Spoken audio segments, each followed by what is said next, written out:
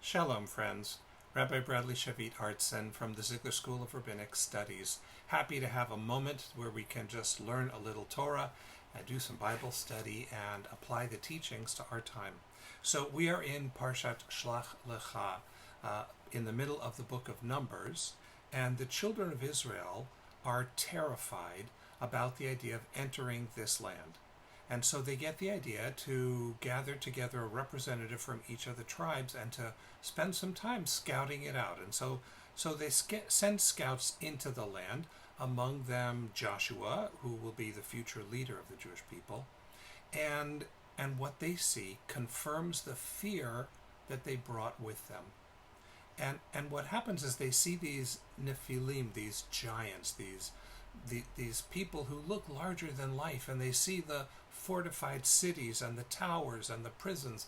They see the organization and the armies and the wealth, and it overwhelms them.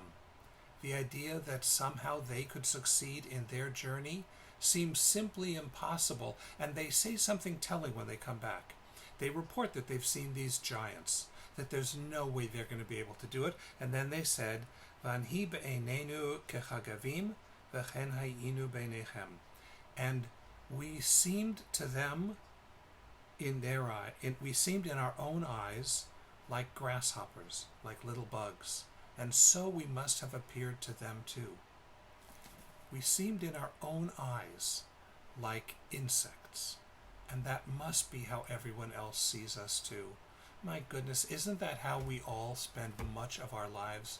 Throughout our lives, we have people and cultural forces that make us feel small, unworthy, inadequate.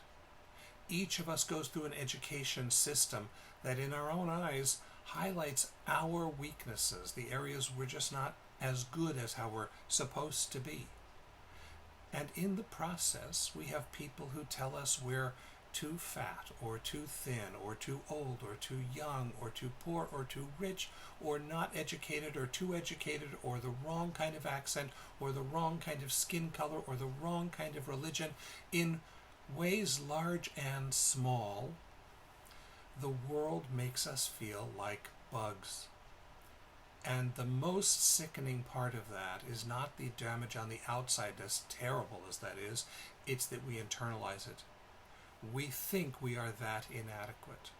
And then we project that back in the world, even when people aren't thinking that about us. We think, well, they must see how I'm no good. They must think I don't really fit in.